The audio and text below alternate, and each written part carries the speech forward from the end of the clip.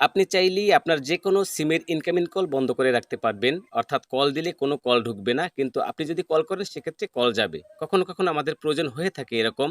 তো চলুন আপনাদেরকে স্ক্রিনে গিয়ে দেখিয়ে দিচ্ছি কোন সিমে কোন কোডটা ডায়াল করলে আপনার ইনকামিং কলটা বন্ধ হয়ে যাবে।